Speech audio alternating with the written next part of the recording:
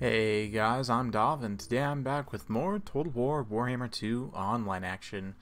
Today we're back with the Dwarves, going to be taking a look at Game 3 in the series from the Flash Tournament between myself and the Gobbo King. So indeed this is Game 3 of a best of 3 series, so I've got the Dwarves and he's got the Lizardmen, so let's go ahead and take a look at the army compositions. Ungrim Iron Fist is leading the way here. Slayer King, of course, a very formidable combatant. We have stripped him of all his abilities, though, just to make him as cheap as possible. Backing him up with a Thane here with just the Tormentor Sword for that hard pin-in-place snare ability. Backing both of them up with these Peak Gate Guard here. So I'm not the biggest fan of hammerers. I think that Longbeards with great weapons tend to be more cost effective in a multitude of situations, but I wanted to try out these Peak Gate Guard Regimented Renown. They have awesome combat stats at 54 melee attack, 48 melee defense. They do magic damage. They also have this armor sundering effect, which can be very, very useful. This is actually the only unit for the dwarves that has access to this effect. They also do heavy AP damage themselves, so overall a very useful unit. Then for the rest of the army, we've gone with a very heavy dwarf missile build. So we've got 2 Iron Drakes with Trollhammer torpedoes, 2 units of Thunderers, 1 unit of Bugman's Rangers, and 2 cannons.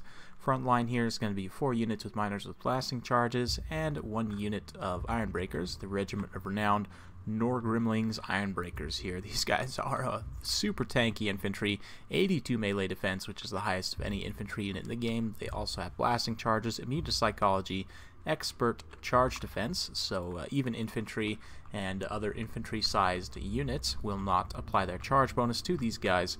So overall, a very, very strong unit. Let's go ahead and take a look at the Gobbo King's Lizardmen build here. He's got the Toad Lord himself, Mazdamundi, up on his mount. Let's look at the spells here.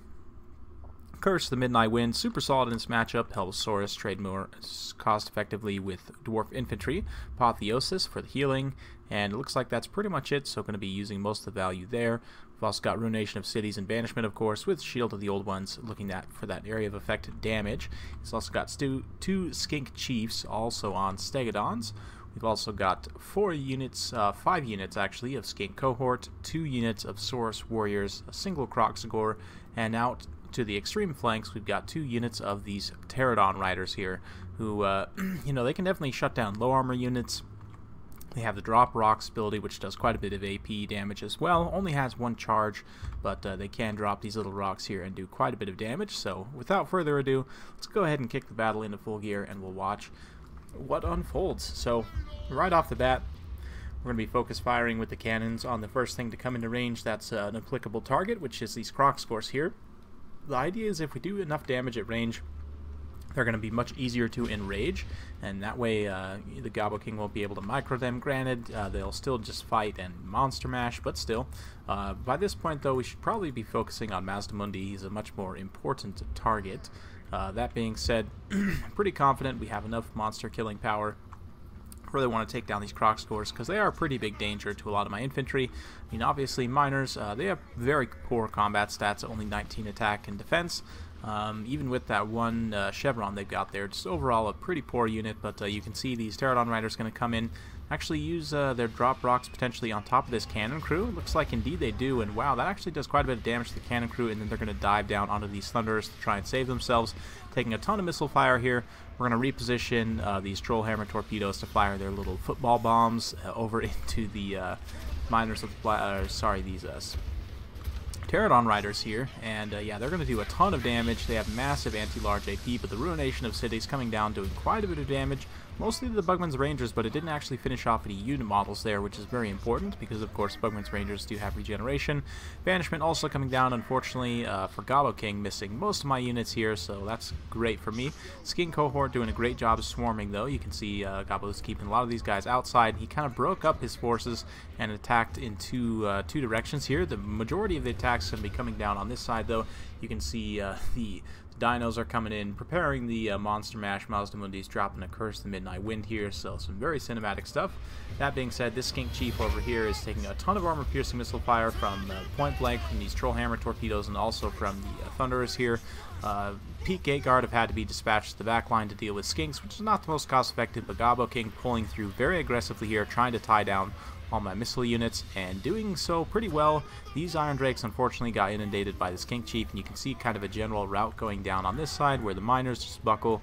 Unfortunately, the Thunderers are going to get terrified as well, so far, the balance power is definitely in my favor, but things are still pretty even at this point.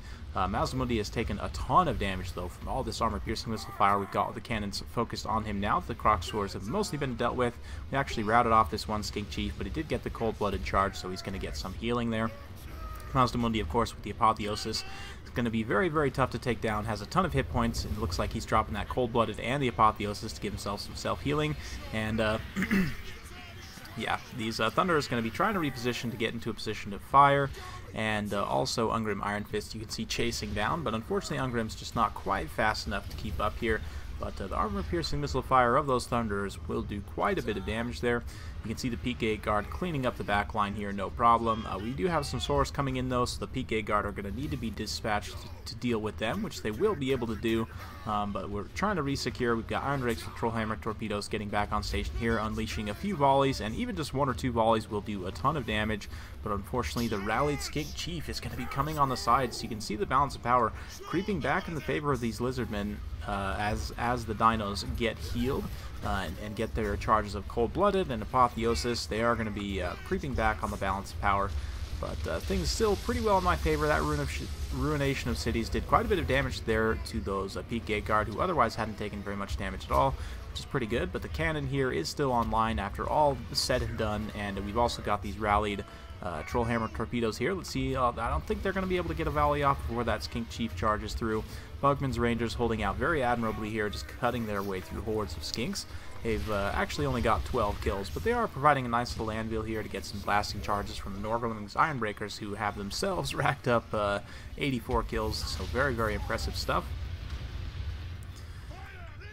And yeah, you can see a lot of the formations for the Dwarves has been broken up here.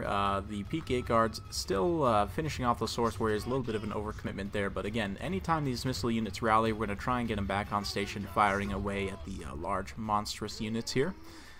And for the most part, the infantry has been dealt with. We've got the Norgrimling's Ironbreakers here finishing off the last of the Saurus Warriors, and yeah, Norgrimling's Ironbreakers with their 80 melee defense are going to be more than a match for the Saurus Warriors here, especially with the support of this Thane.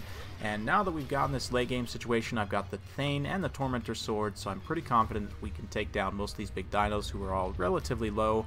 Mazdamundi is getting closer to his healing cap, continuously spamming himself with that Apotheosis to get that nice healing proc, which of course is very, very strong. Peak Gate Guard coming in this late game situation, going to be sundering the armor and of course doing a ton of armor piercing damage themselves, so that's great. But yeah, you can see some great use of the Skink cohort here to chase off the Thunderers, generating some really nice value. They've almost picked up an XP chevron over the course of the battle, so very impressive for such a cheap unit. But Trollhammer torpedoes, as soon as they rally and get back on station, they're going to be firing, and Mazdamundi here are going to be taking maybe 1 or 2 hits here, doing a little bit of damage. Looks like he actually retargeted, so some nice flank shots coming in there, doing some sweet damage there. And even with the low model count of these Trollhammer torpedoes as they are, 1 or 2 volleys like that is all we need to turn the tide of this battle in our favor. You can see the balance power starting to shift back in my favor a little bit as we do damage to the big dinos. And yeah, Gabo King doing a great job of focusing on my cannon crew and not allowing them to get back online, because if they do, you know, it's going to be a pretty bad day for him. But it looks like they are able to potentially reman this turret here. Oh, unfortunately, it looks like they actually dropped their order there.